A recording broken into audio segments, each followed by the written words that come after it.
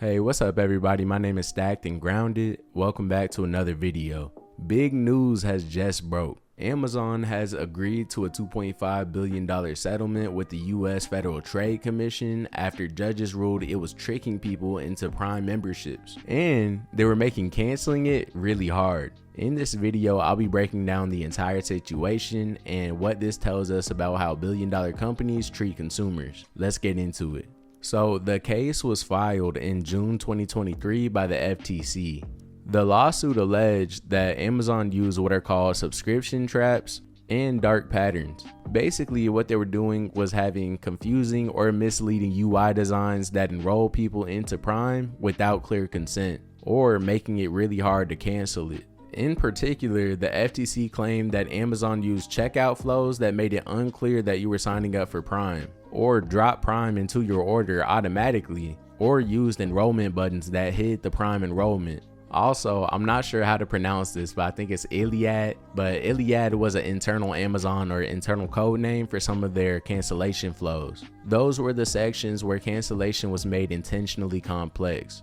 And on September 25th, 2025, Amazon agreed to settle with the FTC for $2.5 billion. The breakdown of that is $1 billion is a civil penalty, and $1.5 billion will go to reimburse consumers who were wrongly enrolled or had trouble canceling. It's currently estimated about 35 million affected Prime customers will receive payouts, roughly up to $51 each, or else they can file broader claims.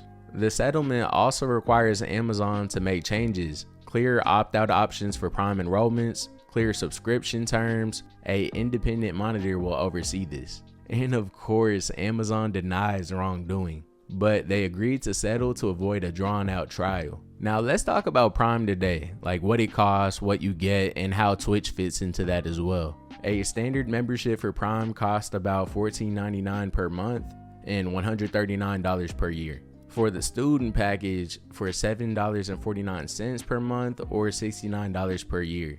And that is going to be for people who are 18 through 24 enrolled in college. Having Prime has its benefits like free shipping on Amazon, streaming via Prime Video. The Boys and Invincible were bangers. You also get access to Prime Gaming, a free Twitch channel subscription every month if it's linked. That's a perk that a lot of people really like right now. Now let's talk about Jeff Bezos, and that is the Amazon CEO. His net worth fluctuates with the Amazon stock and his other holdings. His current net worth sits at $233.1 billion.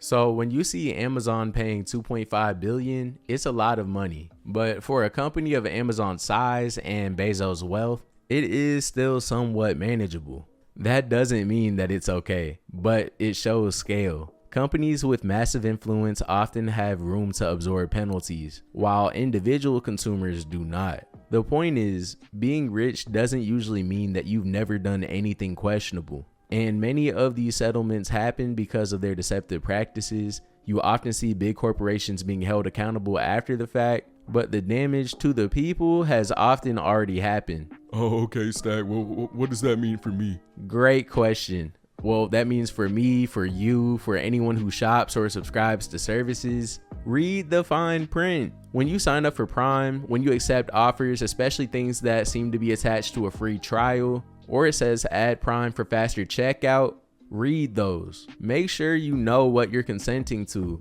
And that goes for a lot of things that we see online anyway. If there is a contract put in front of you, then you should definitely read the entire thing. I know it's boring, no one cares about the terms and services of things nowadays, but that can very well keep you safe from being taken advantage of. Read, nigga, read! The second thing you should do is watch out for auto renewals. Many subscriptions have auto renew. If cancellation is hard, you're trapped for another year or a month, the settlement forces Amazon to make cancellation easier, but always double check those on all of your auto renewal subscriptions. Third thing you can do is keep track of your subscriptions. Prime, streaming, gaming, these stack up. Many people find that they have so many subscriptions that they've forgotten about. They're paying for stuff that they hardly use. Look, just once a month, you can check on your bank statement and see how many subscriptions you're paying for. And that leads me into my fourth point. Use the perks fully. If you are currently paying for Prime, use it for all of the offers that come with it, like the Twitch sub, streaming, free shipping. If you aren't using many of the benefits, then ask whether it's worth keeping. I know that this isn't on the realm of subscriptions, but you can also check the perks on your credit cards. There are a lot of benefits on credit cards currently that if you're not using them, then you're really just wasting money if they have an annual fee on there. I'll even throw in some additional game for you guys. When it comes to your credit cards, if you close a card, your credit score will drop. What creditors also look for is how long you've had that card open. So let's say if you're with a certain bank right now and you have a high level credit card that has an annual fee, call that creditor and see if they'll actually move it to one of those lower cards that don't have the annual fee but still have cash back on there. Alright, I just wanted to throw that in there because a lot of people do not know this. And last, number 5, you can advocate for consumer protections. This case shows us that regulation does matter. Cases like this go unnoticed until big agency steps in. Knowing your rights as a consumer helps. Here's what this lawsuit settlement tells us more broadly. Billionaires don't keep their status by keeping their hands totally clean. Even the biggest companies are under pressure to maximize revenue, and sometimes they do it at the edge of what's legal or ethical. If you put your card info somewhere like a website, app, subscription, always assume that the company might try to make it hard to cancel, or it might slip in fees or automatic enrollments.